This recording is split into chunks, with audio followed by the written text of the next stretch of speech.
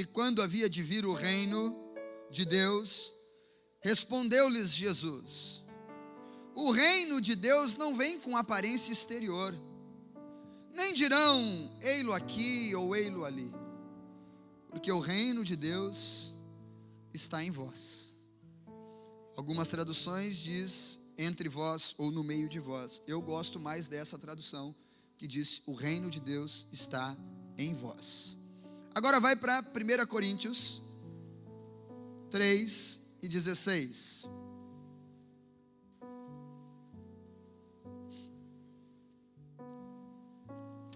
1 Coríntios 3:16.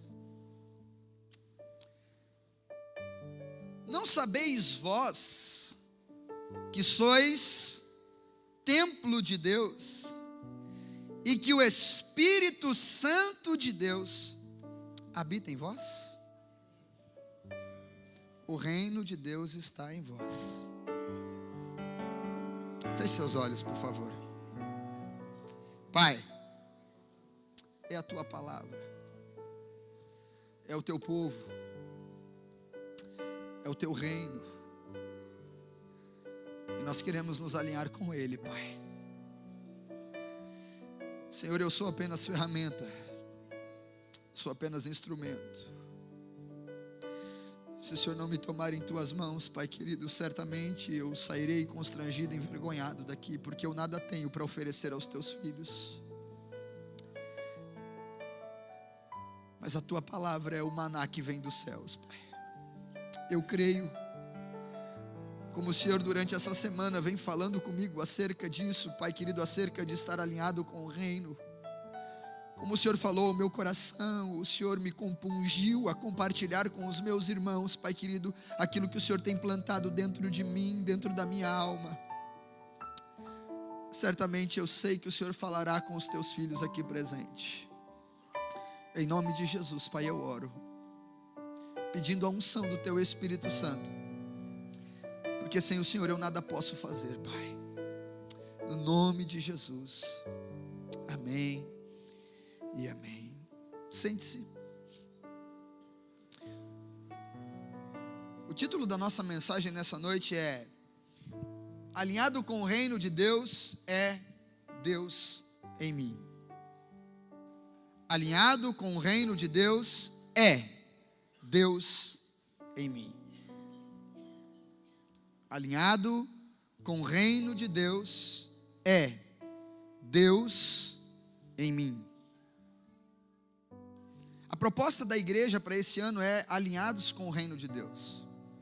O nosso acampamento foi alinhados com o reino de Deus. A igreja ela tem buscado uma proposta de oração, de mensagem, de estudo da palavra, em estar alinhado com o reino de Deus.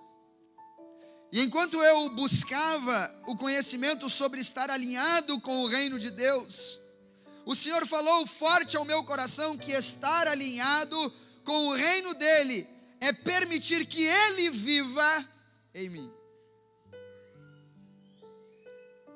É tê-lo vivendo em meu coração, controlando todo o meu ser, controlando tudo que sou, sendo Senhor e Rei sobre mim.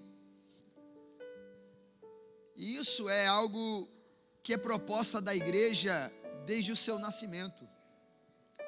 Jesus ele veio e um dos nomes, uma das qualidades de Jesus, porque esse não é um nome, é uma qualidade, é um adjetivo. O termo Emanuel em hebraico não é um nome pessoal, não é um nome, é um adjetivo, é uma qualidade, a qualidade de Deus estar presente.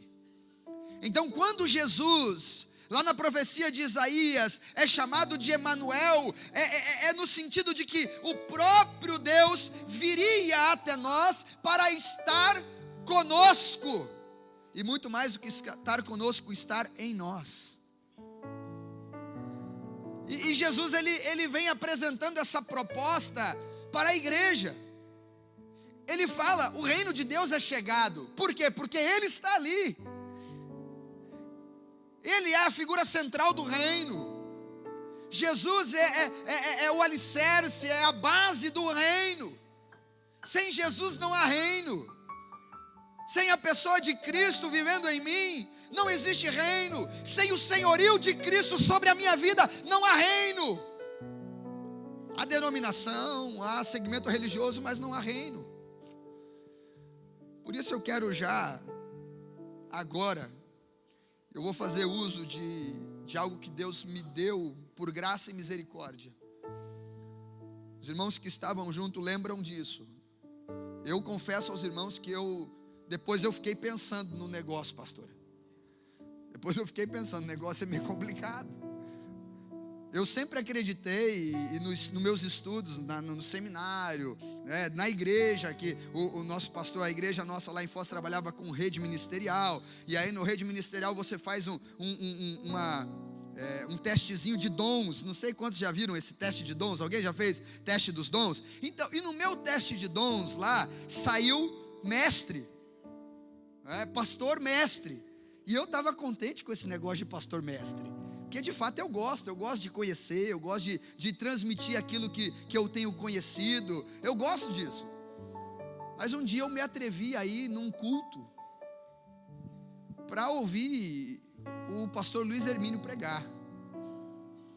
Eu falo que eu me atrevi, eu não devia ter ido. Porque, gente, a gente vai atrás das coisas, Deus dá, depois não adianta reclamar. E aquele culto, quem estava lá sabe que foi uma glória. Eu vim carregado para casa, de tanta unção de Deus, de tanta glória de Deus sobre aquele lugar. E chegou um determinado momento que o pastor Luiz Hermínio, ele veio até mim, eu sem força nas minhas pernas, de tanto poder de Deus que foi naquele lugar, ele veio até mim e falou assim: hoje Deus manda te dizer que o teu ministério é trocado, hoje Ele te faz profeta. E eu fiquei feliz naquela hora, lógico, eu estava regozijando da unção de Deus. Depois eu fui pensar na bronca, que gente, não é fácil ser profeta.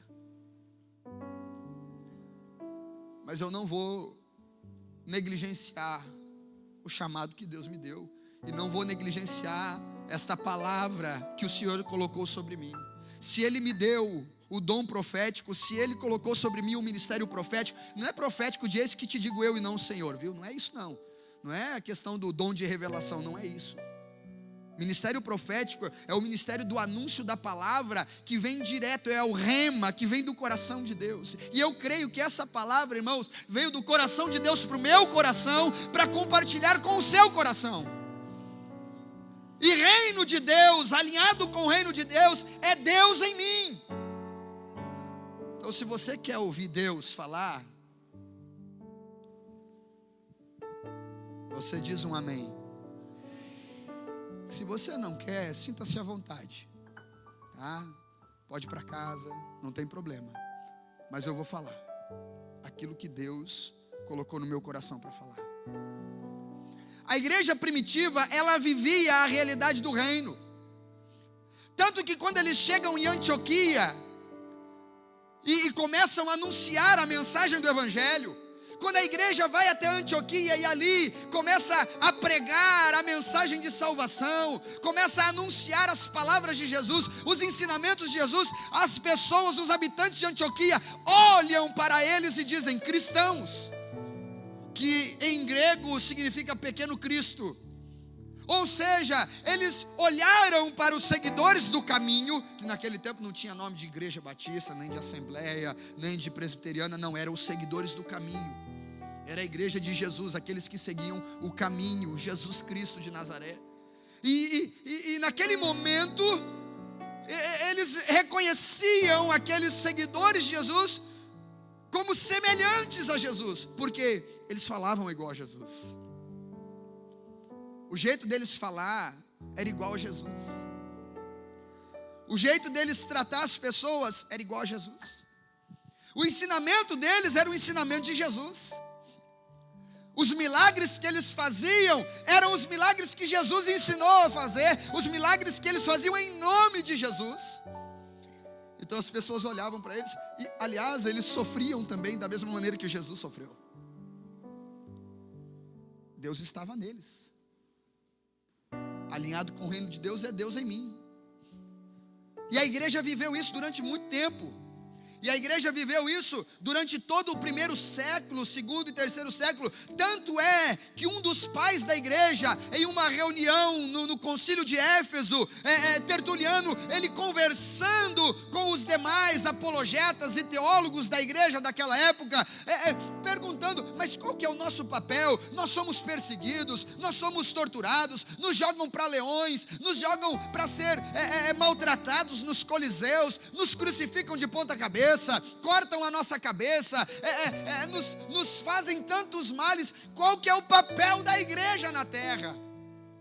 E aí Tertuliano, com muita unção de Deus e com muita ousadia, ele disse assim: o papel da igreja é ser o imago Dei, o papel da igreja é ser a imagem de Deus, o papel da igreja é viver Deus, o papel da igreja é transpirar a presença de Deus, o papel da igreja é levar Deus por meio de si mesmo para todos que estão aí perdidos sem Cristo. Esse é o papel da igreja. Isso é ser igreja. É Deus em você, é Deus em mim. Isso é ser igreja. Ser igreja é ser o reflexo de Cristo. Ser igreja é ser conhecido no céu e também no inferno. Porque em um determinado momento Paulo está pregando em uma cidade e as pessoas olham a autoridade do Espírito Santo sobre a vida de Paulo e se interessam e se admiram. Oh, que poder é esse? E tentam fazer a mesma coisa que Paulo fez, e vão lá tentar expulsar um demônio. E aí o demônio olha para a cara daqueles camaradas que não tinham Deus na vida deles e diz: Paulo eu conheço, Jesus eu conheço, Paulo bem sei quem é, e vocês quem são? Se Deus está em mim, eu sou conhecido no reino espiritual. Se Deus está em mim, o Senhor conhece a minha voz quando eu falo com Ele. Quando Deus está em mim, o diabo reconhece a autoridade de Deus em mim quando eu ordeno que ele cale a boca e saia da vida de uma pessoa. Porque o alinhado com o reino de Deus é Deus vivendo em mim. Foi o que Jesus falou no texto de Lucas. Veja, qual que era o entendimento daquelas pessoas sobre reino? Eles tinham um entendimento humano sobre reino. E nós temos um entendimento humano sobre reino. Quando se fala de rei, você lembra primeiramente de quem? Você lembra da rainha da Inglaterra, não é? Você fala de rei, você lembra Dom Pedro I, imperador do Brasil. Fala de rei, você lembra de algum monarca. Porque a nossa mentalidade humana vê reino como governo político. E veja, qual que é a proposta natural do homem sobre reino? Poder, glória, fama e domínio. Era isso que os fariseus, era isso que os judeus naturais, sem o conhecimento da graça, sem o conhecimento de Deus, sem a revelação da palavra, entendiam sobre reino. Era esse reino que eles estavam esperando. Eles estavam esperando alguém que viesse e substituísse Davi, que fosse tão ousado e tão valente quanto foi o rei Davi, que fosse tão bom guerreiro quanto foi o rei Davi, que matasse os romanos e expulsasse os romanos da terra deles, que tirasse Herodes daquele trono, que era um trono só de faz de conta, e de fato governasse a nação de Israel com justiça e equidade. Eles esperavam isso. Eles esperavam o rei que nascesse em berço de ouro. Eles esperavam o rei que fosse um grande déspota. Eles esperavam um rei que dominasse politicamente a parada. Mas aí surge um carpinteiro de Nazaré. Surge um homem da Galileia. E a Bíblia nos diz que certa vez, quando chegam para um homem, príncipe da lei, falando para ele assim: olha, eu acho que eu encontrei o Messias, aquele que é o Messias. Quem? Jesus Cristo, carpinteiro de Nazaré, da Galileia. E o homem assustado ainda fala assim: pode vir alguma coisa boa de Nazaré? Porque Nazaré era um vilarejo de artesãos, de pescadores, de gente que não tinha pedigree, de gente que não tinha posição social, de gente que não tinha conhecimento teológico apurado, de gente que não tinha condições de pagar mestres para aprender a filosofia e a teologia judaica. Um vilarejo de gente simples. Mas a Bíblia diz que Deus usa as coisas loucas desse mundo para confundir as sábias. E é esse carpinteiro de Nazaré que vem pregando a mensagem do reino. Esse carpinteiro de Nazaré que vem curando enfermos. Esse carpinteiro de Nazaré que vem perdoando pecados. Esse carpinteiro de Nazaré que tem autoridade de expulsar demônios. Esse carpinteiro de Nazaré que fala para o mundo, volte a falar. Esse carpinteiro de Nazaré que diz para o coxo, levanta e anda. Esse carpinteiro de Nazaré que diz, vai, a tua fé te salvou. E esse carpinteiro de Nazaré começa a colocar um nó na cabeça dos religiosos. Esse carpinteiro de Nazaré começa a pegar o mundo político, o mundo religioso e pôr de ponta cabeça. Porque todos esperavam um rei cheio de glória. Todos esperavam um rei poderoso, um guerreiro, que fosse governar de forma humana. E ele é questionado. Ei, você é o mestre aí, estão te chamando de Messias. Quando é que vem o teu reino? Quando que você vai estabelecer esse reino então? Me parece que a resposta de Jesus para eles foi meia enigmática, porque de fato só se entende essa mensagem quem alinha o coração com o reino. O reino de Deus não vem com aparência visível, diz o texto. Não vem com aparência exterior. O reino de Deus não vai vir por meio de um palácio cheio de esplendor. O reino de Deus não vai vir com exércitos todos poderosos e cheios de armamento, de um poder bélico extremo. O reino de Deus, ele não vem assim. E muito menos dirão, o reino de Deus está na Galileia, no Nazaré, em Genezaré, ou em Jerusalém, ou em qualquer outra cidade. Porque o reino de Deus está em vós. O reino de Deus, ele está dentro do coração daquele que entende esta mensagem, que Jesus é o rei que quer governar o meu e o seu coração. Alinhado com o reino de Deus é Deus vivendo em mim. Paulo entendeu muito bem a mensagem de Jesus. Entendeu tão bem a ponto de escrever esse versículo que para mim é um versículo um tanto quanto que pede de mim uma responsabilidade muito grande. O versículo de 1 Coríntios 3,16 me faz ficar preocupado comigo mesmo, pastora Rosa. Porque, gente, olha que coisa séria. Olha que coisa séria. Vamos lá para o texto, por favor. Você está com o texto aberto aí, 1 Coríntios 3, verso 16.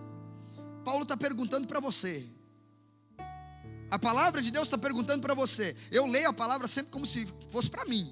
É Deus falando comigo. Agora, leia aí, coloca os seus olhos nesse texto. Pode abaixar sua cabeça e olhar o texto. Olha o texto, agora. Não sabeis vós que sois templo de Deus, e que o Espírito Santo de Deus habita em vós? Olha a responsabilidade. Reino de Deus é Deus em mim, eu sou templo de Deus, Ele habita em mim, o Espírito Santo de Deus está em mim. Gente, o mesmo apóstolo Paulo escreve depois: não entristeçam o Espírito Santo. Se eu sou templo do Espírito Santo, se eu fui comprado com o sangue de Jesus, se Deus habita em mim e eu sou templo de Deus, por que eu fico pegando o templo de Deus e denegrindo a imagem dEle e destruindo o templo de Deus? Irmãos, isso aqui, olha, pode acontecer um terremoto aqui em Rio Grande, ou um tsunami. Esse tempo atrás eu conversava com o irmão e falava assim: rapaz, se der um tsunami aqui, acaba com tudo, porque é o nível do mar, né? Imagina se dá um tsunami aqui em Rio Grande, devasta tudo isso aqui, fica tudo debaixo d'água. Imagina se dá um tsunami, vai destruir todo esse templo aqui, leva som, leva tudo, acabou a igreja? Não, Porque a igreja é você, a igreja sou eu sou templo de Deus. O Senhor não habita em templos feitos por mãos humanas. Tudo isso aqui é muito gostoso, é muito bom. Glória a Deus porque nós temos isso daqui. Glória a Deus por esse ambiente tão gostoso. Mas você precisa entender que Deus não está no banco, Deus não está na parede, no vidro, no som. Deus está em mim, Deus está em você. Eu sou o templo de Deus, você é templo de Deus, e estar alinhado com o reino de Deus é permitir que Deus reine em mim. E em 3 perspectivas da nossa vida, Deus precisa estar em nós, para que nós estejamos alinhados com o reino dele. Primeiro,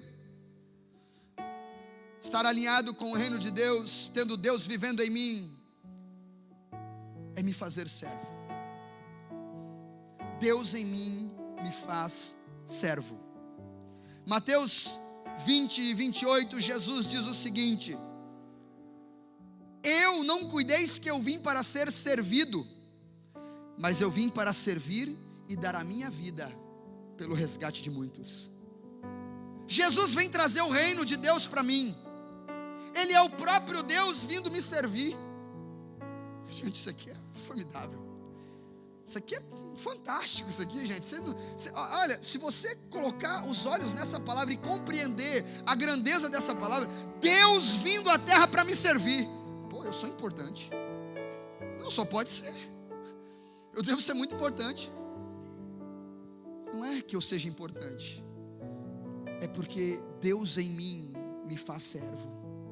Cristo é o próprio Deus sendo servo de todos nós, se colocando em forma humana, sofrendo a minha dor, a minha vergonha, a minha miséria, levando a minha cruz, tomando os meus pregos em seus pulsos, morrendo a minha morte, para que Ele pudesse novamente vir e habitar em meu coração, e assim me fazer semelhante a Ele. O apóstolo Paulo declarou isso no livro de Romanos. Se você ler o livro de Romanos a partir do capítulo 6, você vai ver ele desenhando, ele pintando um quadro sobre o homem natural e o homem espiritual. O homem natural está sem Deus, a lei do pecado e da morte, condenando ele ao inferno. Mas quando ele tem um contato com Cristo, quando ele nasce de novo, Deus vem morar nele e adota ele como filho, habitando nele. Olha que coisa maravilhosa, Deus em mim. E o texto em Romanos 8 diz o seguinte: que Jesus Cristo, nós fomos adotados em Deus, herdeiros de Deus e co-herdeiros de Cristo. Cristo era o unigênito de Deus. Depois da cruz, e nós entregando a vida ao Senhor Jesus, reconhecendo o sacrifício dele sobre o Calvário, ele deixa de ser o unigênito e passa a ser o primogênito, porque agora todo aquele que recebe Jesus como seu único, suficiente, absoluto Salvador, se torna templo de Deus, templo do Espírito Santo, é também filho de Deus.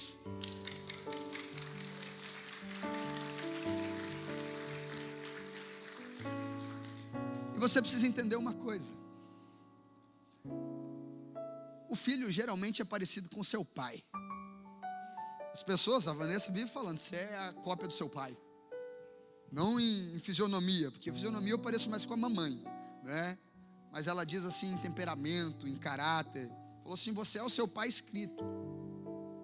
E se olhar de costas assim, até que meio parece, né? A gente andando assim, aquele andar meio desengonçado que eu tenho, né? Você olha assim, até parece. O filho se parece com seu pai. A pergunta que eu faço para mim: será que eu me pareço com o meu papai? Será que eu me pareço com o Senhor? Se eu sou filho dele. E olha, ele veio como Cristo unigênito, Deus homem, aqui na terra, no texto de Mateus 20, 28, não cuideis que eu vim para ser servido, mas para servir. E aí ele dá um outro exemplo aos discípulos, lá no Evangelho de João, capítulo 13, quando ele está numa ceia, a última ceia, último banquete, último jantar que Jesus faz com seus discípulos. E aí, depois do jantar, ele toma uma toalha, uma bacia, e foi feito isso aqui, a Nubinelma fez aqui, E eu sei que teve gente que não gostou. Entendeu nada. Mas tudo bem. Jesus toma a toalha, a bacia, um jarro d'água e começa a lavar o pé dos discípulos. Jesus, o Messias. E ontem eu até compartilhei aqui e falei assim, gente, lavar o pezinho da pastora é bom. Pé cheirosinho, limpinho. A pessoa que lavou o pezinho da pastora, cheiroline, gente. Que é isso, coisa, pezinho limpinho. Lavou o pezinho do pastor Francisco, pezinho limpinho, com talquinho. O Rafa, ainda perguntei pro Rafa, Rafa, sentiu um chulezinho ali? Não, pastor, lógico, estava com talquinho. É fácil. Puxa vida. E Jesus que pegou aqueles pés craquento. Naquele tempo não tinha calçado fechado, gente. Pensa comigo. Imagina só lá, Jesus naquele tempo. O meio de locomoção era o jipé, né? Só andava a pé. Expresso canelinha, como diz a pastora. Era só a pé que eles andavam. E aí, o calçado não era fechado, era sandália. E alguns, eu acredito que não tinha muita condição, andavam até descalço. Agora imagina, chegou lá, aqueles pezinhos suados, de um Israel de 45, 50 graus, cheio de pó, aquela poeira que pegou assim, juntou com o suor e fez aquele mingauzinho assim. O cheirinho também devia ser muito agradável, cheiro de perfume francês. Jesus toma aquela toalha, pastora, e o jarro d'água começa a lavar aqueles pezinhos, abençoado. E aí depois que ele faz tudo isso, deixa a cena de Pedro para lá, não é isso que eu quero enfocar. Depois que ele faz tudo isso, ele olha para os discípulos, vocês compreenderam o que eu fiz? Talvez eles ficaram com um ponto de interrogação assim em cima. Sabe quando você assiste um desenho, né? E a pessoa fica com aquela dúvida, aparece assim um ponto de interrogação na cabeça? Talvez eles ficaram com esse ponto de interrogação na cabeça. E aí, com esse ponto de interrogação, Jesus falou assim, vocês me chamam de Senhor e Mestre, e fazem bem porque eu sou. Se eu, sendo Senhor e Mestre, fiz isso para vocês, quanto mais vocês devem fazer a todos os seus irmãos. Deus em mim me faz servo. Nós vivemos em uma igreja, a igreja do século 21 é uma igreja de consumistas. A igreja do século 21 é uma igreja de mercado. Você vai na igreja que oferece o produto que você quer. A igreja não é mais a igreja de servos. A igreja não é mais a igreja da música que a irmã Vera cantou aqui, que tinha prazer de sair evangelizar, de vir no culto de oração, de vir na escola bíblica dominical. É uma igreja que quer só campanha de vitória, campanha de prosperidade, e campanha, e mais campanha, e mais campanha, e venha a nós o vosso reino, e seja feita a vontade de Deus, nada. Uma igreja que se esqueceu que estar alinhado com o reino é Deus vivendo nele, e Deus vivendo em mim, Deus vivendo em nós, nos faz servos. Eu quero fazer parte dessa sociedade da toalha. Eu quero fazer parte da sociedade da toalha. Existem milhares de pessoas aí fora, gente, que estão precisando de um abraço. Existem milhares de pessoas aí fora que precisam do seu sorriso. Milhares de pessoas aí fora que estão passando uma situação muito pior do que a pior situação que alguém possa passar aqui dentro desse lugar. Você entendeu a redundância? Tem gente aí fora passando por uma situação muito pior do que a pior situação de alguém que está aqui dentro. Porque existem muitas pessoas que passam por lutas e não têm o Jesus que nós temos. Porque nós, com Deus vivendo em nós, a gente consegue superar a luta, a gente consegue superar a provação, a gente consegue superar a dificuldade. Com Deus vivendo em mim, com o reino, eu alinhado com Deus vivendo em mim, eu consigo passar pela prova dando glória a Deus. Porque Ele me ajuda nas minhas fraquezas, Ele me faz forte. Mas tem muitas pessoas que ainda não sabem disso. parece que nós queremos só para nós.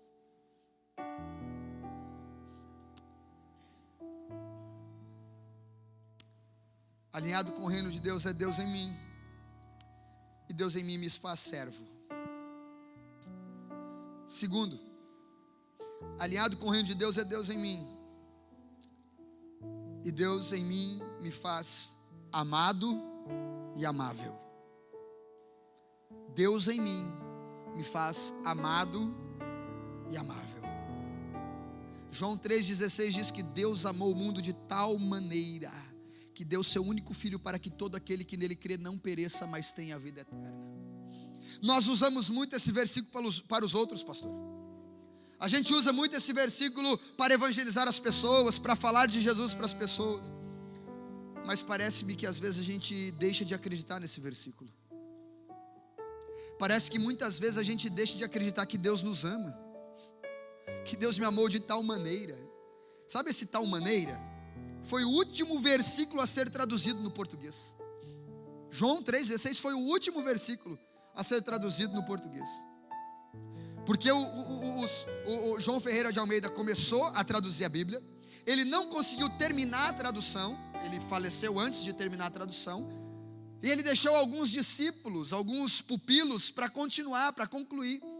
E eles perceberam que ele tinha traduzido cerca de 80% da Bíblia. E ele traduziu todo o Evangelho de João, mas esse versículo ele não tinha traduzido. E eles foram para os escritos, para os apontamentos, para as pesquisas de João Ferreira de Almeida e procuraram o porquê que ele não tinha traduzido esse versículo. E eles procuraram e olharam todas as anotações de João Ferreira de Almeida e perceberam que nenhum termo em português era capaz de expressar o tamanho do amor de Deus pela humanidade. Por isso eles decidiram, olha, como não tem uma palavra capaz de expressar o tamanho desse amor, vamos fazer o seguinte, vamos colocar um termo que assim faz a pessoa imaginar o tamanho, a extensão, a profundidade, a largura do amor de Deus. E aí eles colocaram, porque Deus amou o mundo de tal maneira. Você é amado, querido. Tem gente na igreja que não acredita nisso. Tem gente que acha que foi salvo só para fazer volume no banco de uma denominação, para ter o nome no hall de membros de uma denominação. Gente, você foi salvo para ser filho. Você é amado de Deus. Imagina o pai te esperando de braços abertos. É assim.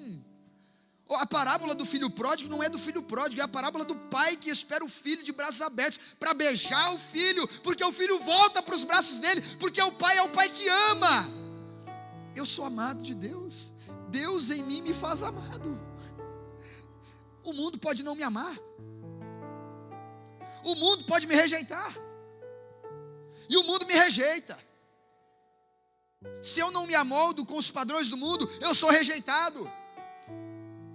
O amor do mundo hoje, o amor, esse amor humano, ele é um amor interesseiro. Eu só sou amado se eu tenho algo para dar em troca. Eu amo, a pessoa te ama, se você tiver algo para oferecer para ela. Esse é o amor do mundo. É isso que o mundo tem ensinado. Troca de favores, ou troca de interesses. Eu amo esse menino porque ele tem um carro legal. Eu amo essa menina porque ela é bonitona. Ela é um feriado nacional. Eu amo esse cara porque ele tem dinheiro. Eu amo essa mulher porque o pai dela é fazendeiro. É um amor interesseiro, é o amor do mundo. E você vê isso acontecendo dia a dia. Pessoas se frustrando, relacionamentos destruídos, porque os relacionamentos não são baseados no amor verdadeiro, é baseado no interesse. Mas com Deus não é assim. Porque nós não tínhamos nada que pudesse chamar a atenção de Deus. Nenhuma qualidade em mim faria com que Deus olhasse para mim, que cara bacana, vou amar ele, porque ele é gente boa. Não. Ele me ama porque Ele é amor. É o que João escreveu lá na sua primeira carta. Deus é amor, por isso que Ele nos ama. E Deus em mim me faz amado, gente. Você pode falar os que você quiser. Eu sou amado do papai. Podem falar o que quiser de mim, eu não estou nem aí. Eu só tenho uma convicção: eu sou amado do papai. E eu acredito. Não vão dizer que eu estou dizendo coisa que a Bíblia não diz. Eu acredito que quando eu chegar no céu, Jesus vai olhar para mim e vai perguntar: filho, você acreditou de fato que eu te amei? Filho, você acreditou de verdade no meu amor por você? Porque o que levou Jesus à cruz foi o amor. O que levou Jesus a sofrer foi o amor que Ele sentiu por você e por mim. O que levou Jesus a pagar o preço do meu pecado foi o amor que Ele sentiu por mim. Então Ele não vai perguntar: você fez isso, você fez aquilo outro. Não! Ele vai perguntar: você acreditou de fato no meu amor? Talvez eu esteja falando com pessoas que não acreditam no amor de Deus por ela, porque a experiência que elas têm com o amor é uma experiência humana.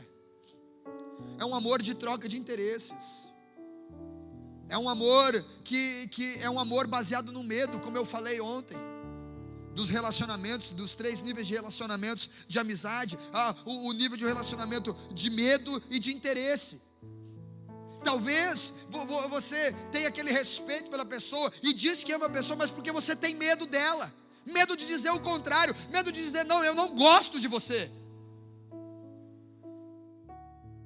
Aí você fica com medo. Mas o amor de Jesus por mim, Ele não é baseado no medo. Ele me ama. Ele me ama. Simplesmente Ele me ama. E existem muitas pessoas amarguradas dentro da igreja, gente. Muita gente triste, muita gente amarga, azeda dentro da igreja, porque não entendeu essa grandeza, essa verdade. E aí o que acontece? Não consegue ser amável, porque Deus nela não faz dela amada. Ela não entende que ela é amada de Deus, então ela não consegue ser amável. No Evangelho de João, capítulo 13, o mesmo evangelho que fala da experiência da toalha, do fato de Jesus lavar os pés dos discípulos, fala no versículo 34 e 35, um novo mandamento eu vos dou, que vos ameis uns aos outros como eu vos amei, e quando vos amardes uns aos outros como eu vos amei, saberão que sois os meus discípulos. Ser amável com as pessoas. Eu confesso que muitas vezes a gente deixa de ser amável com as pessoas. E ser amável não é concordar com o erro, não, mas é saber tratá-lo. Ser amável não é concordar com coisa errada, não, mas é saber trazer para o caminho certo. Jesus, Ele não odiava as pessoas por causa de seus erros, mas Ele apontava sempre o caminho certo com palavras de amor. O exemplo é a mulher adúltera, que foi trazida para Jesus e jogada no meio dele como um lixo. E aquele povo esbravejando, aqueles religiosos que pareciam mais chacais, doidos para comer a carne da sua presa. Senhor, essa mulher foi apanhada em adultério, e a lei diz para a gente apedrejar, o que a gente faz? Jesus ficou quietinho, falou nada. Jesus amável, não concordava com o erro da mulher, mas Ele apontou o caminho certo com amabilidade. E aí, Jesus, o que a gente faz? Jesus começa a escrever no chão, e alguns teólogos dizem que Jesus escreve ali o pecado de cada um dos homens que tinha acusado a mulher. Aí eles, o que é isso? Ele conhece a gente? Ele sabe dos nossos erros? Jesus levanta a cabeça e diz: aquele que não tem pecado, atire a primeira pedra. Foi saindo um a um após o outro. E depois disso, Jesus pergunta para a mulher: mulher, onde é que estão aqueles que te condenam? E eu acredito que quando Jesus olha para aquela mulher, o olhar de Jesus penetrou no coração dela. Uma mulher que não era amada, uma mulher cheia de feridas, Uma mulher que ainda não tinha Deus vivendo nela. Mas aquele olhar penetrou o coração daquela mulher, e a pergunta: mulher, onde estão os que te condenam? Senhor, ninguém me condenou. E Jesus, de forma amável, falou para aquela mulher: vai, eu também não te condeno, não peques mais. Deus em mim me faz amado e amável. Eu não consigo entender pessoas que ficam tentando manipular, por causa do poder, colocar medo no coração do servo de Jesus. O servo de Jesus não deve andar com medo, porque é amado do Pai. Tem que erguer a cabeça e falar assim: não, eu sou amado do Pai, Ele me amou e morreu por mim, me fez filho amado, para eu andar de cabeça erguida, entendendo que o meu lugar é no céu, e eu vou vencer toda tribulação, toda tentação, todo pecado, porque eu sou amado. E você é amável com outras pessoas também. Deus em mim me faz amado e amável. E para nós encerrarmos, alinhado com o reino de Deus, é Deus vivendo em mim. Primeiro, Deus em mim me faz servo. Segundo, Deus em mim me faz amado e amável. E terceiro, Deus em mim me faz igual. Deus em mim me faz igual. Filipenses capítulo 2 e o verso 3 diz o seguinte: nada façais por contenda ou por vanglória, mas por humildade, e cada um considere o outro superior a si mesmo. Cada um considere o outro superior a si mesmo. Tiago, meus irmãos, não tenhais a fé de nosso Senhor Jesus Cristo, Senhor da glória, em acepção de pessoas. Se eu faço acepção de pessoas, a fé de Cristo ainda não está no meu coração. Porque Jesus não faz acepção de pessoas. Pelo contrário, Ele nos ensina que todos nós, diante de Deus, somos iguais. Diante de Deus não tem branquinho nem pretinho, nem amarelinho, nem cor-de-rosa, nem vermelhinho, nem amarelo, nada, nem azulzinho. Diante de Deus todos nós somos iguais. O sangue que corre na minha veia é o mesmo sangue que corre na sua veia. É vermelhinho. E as dificuldades que tem no meu coração, o vazio que tem no meu coração que precisa de Deus, é o mesmo vazio que tem no seu coração que precisa de Deus. Todos nós somos iguais. E Jesus ensinou isso, porque os judeus não acreditavam nessa história de igual. Os fariseus e os judeus, eles acreditavam que eles eram uma classe superior. Eles eram melhores do que os ímpios. E tem muita gente, muito crente, batendo no peito e dizendo: não, é porque eu sou crente, sou filho do papai. E aí daquele que levanta a mão contra o ungido do Senhor, eu oro para Jesus matar. A fé de Cristo ainda não está nesse coração. Porque a fé de Jesus em meu coração não faz acepção de pessoas. Eu amo o cheirosinho, mas eu abraço o mau cheirosinho, para não falar fedidinho, que chega aí. Às vezes chega. Quantas vezes não chega mendigo por aí e vem para você pedindo alguma coisa?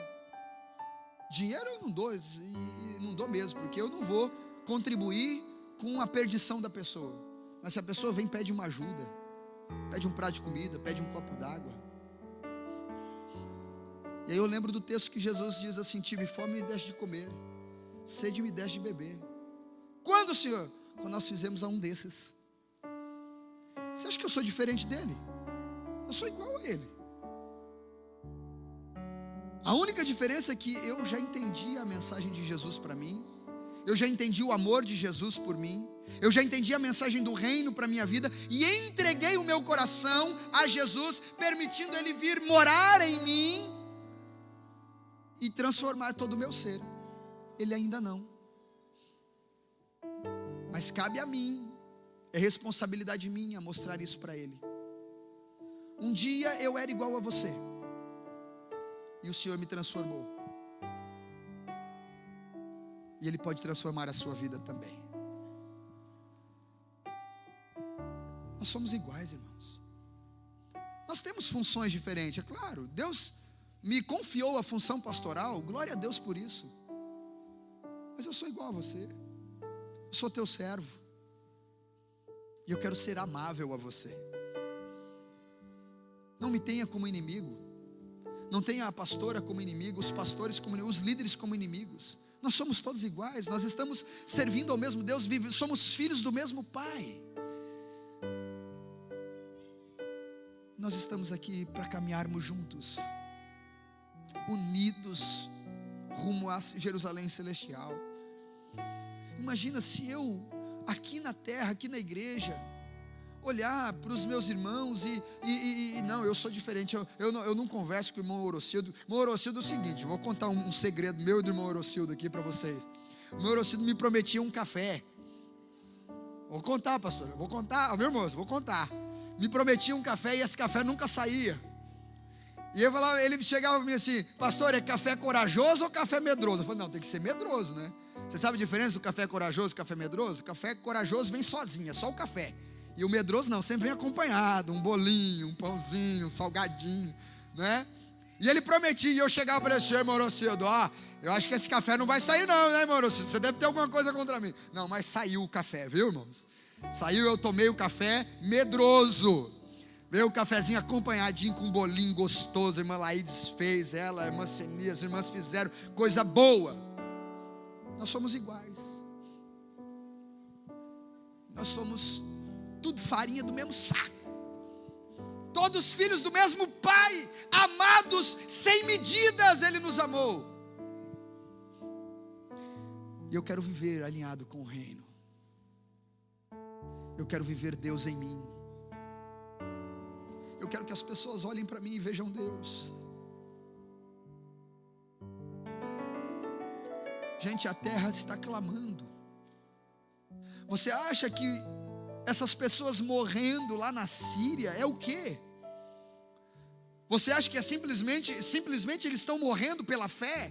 Por terem fé em Cristo, porque lá o governo ditatorial diz que não pode ser cristão. Não, isso aí é Deus clamando pela igreja, para que a igreja se levante e se posicione como filha dele, como noiva do Cordeiro. É Deus clamando, é o Espírito Santo clamando: igreja, se levanta, manifeste a minha glória na terra. Como é que a gente vai manifestar a glória de Deus na terra se nós não nos alinhamos com o reino, se nós não permitimos Deus viver em nós?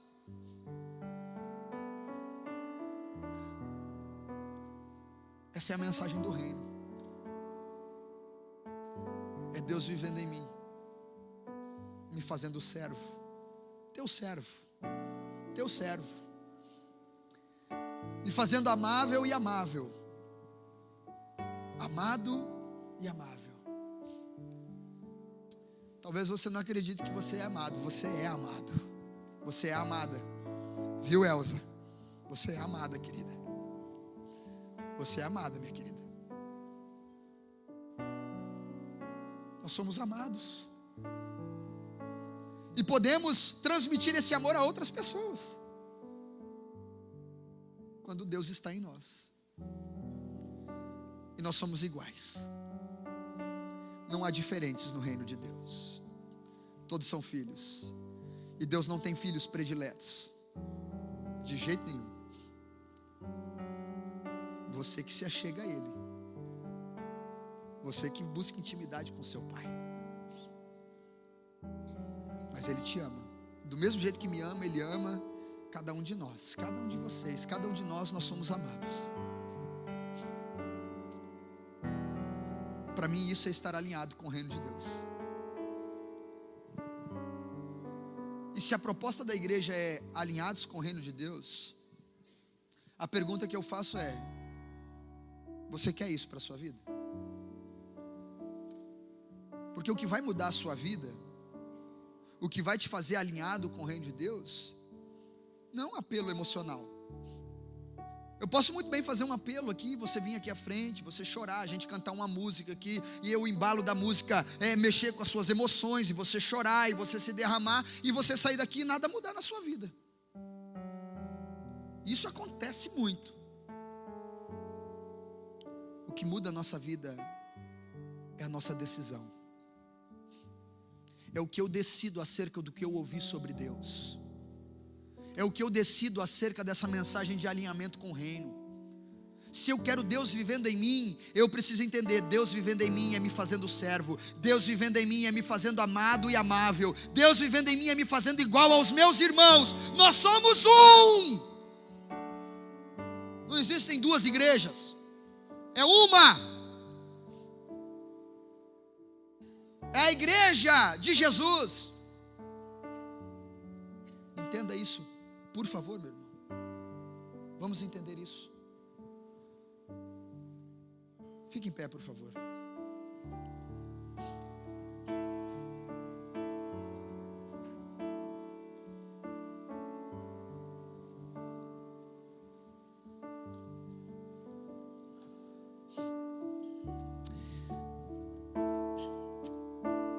Pai nosso, quero encerrar com essa oração. E preste atenção na profundidade da oração. Pai nosso que está nos céus, santo é o teu nome. A palavra santo é kadosh, hargios, em grego, que significa separado de imundícias, separado com um propósito específico, santo. Venha o teu reino, seja feita a tua vontade. A gente às vezes não entende a profundidade da oração. Venha o teu reino e seja feita a tua vontade. Você quer mesmo que a vontade do papai seja feita na sua vida? Venha o teu reino e seja feita a tua vontade, assim na terra como no céu. Aí você pede a provisão, o pão nosso de cada dia nos dá hoje. Perdoa, eu gosto muito dessa tradução da Nova Jerusalém. Perdoa as nossas ofensas, como nós temos perdoado a quem nos tem ofendido. Você quer viver alinhado com o reino de Deus? Perdoa a pessoa que te magoou, meu irmão, minha irmã. Por favor. Assim como nós perdoamos quem tem nos ofendido, não nos deixe cair em tentação, mas livra-nos do mal, porque teu é o reino, o poder e a glória para sempre. Mas a oração não termina aí. Porque se perdoardes aos homens os vossos pecados, o vosso Pai que está no céu também perdoará a vós. Mas se não perdoardes aos homens os vossos pecados, tampouco o Pai no céu perdoará a vós. Eu não sei porque que o Senhor me direcionou para isso, mas há pessoas que estão guardando ressentimentos no coração e impedindo o reino de Deus sobre a vida dela. É momento de se alinhar, é momento de liberar perdão, é momento de se retratar. Se você quer que a sua oferta seja aceita, sua oferta de louvor, sua oferta de adoração a Deus. Feche seus olhos. Pai nosso que estás no céu, santo é o teu nome, santo é o teu nome. Venha a nós teu reino, seja feita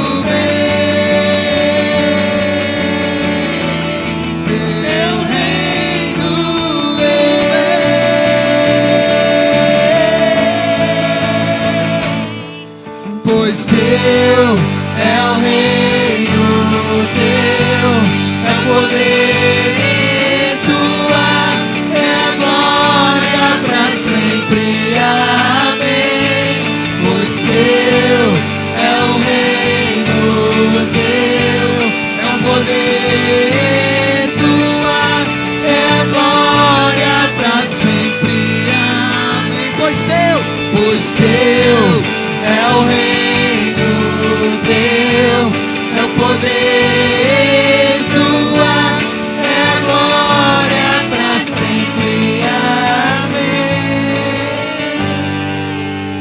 Amém. Senhor, venha o teu reino sobre a minha vida. Eu quero estar alinhado com o teu reino, Pai. Eu quero que as pessoas vejam Deus vivendo em mim. Eu quero transmitir Deus na minha vida, Senhor. Sendo servo. Deus, entendendo que eu sou amado, para que eu seja amável com as pessoas. Eu quero Deus em mim, me fazendo igual ao meu irmão. Eu não sou diferente, eu não sou melhor, nós somos iguais, Senhor. Filho do mesmo Pai, lavados com o mesmo sangue, escrito o nome do mesmo livro. Eu quero estar alinhado com o teu reino, Pai. E estar alinhado com o teu reino é o Senhor vivendo em mim. Completa esta palavra em meu coração, em nossos corações, no nome de Jesus. E que nós estejamos alinhados com o reino do Senhor. Por isso, Senhor, venha o teu reino, estabelece o teu reino neste lugar, em nome de Jesus. Em nome de Jesus. Em nome de Jesus. Venha o teu reino, Senhor. Venha o teu reino, Senhor. Teu reino vem. Teu reino vem. Teu reino vem. Oh, aleluia.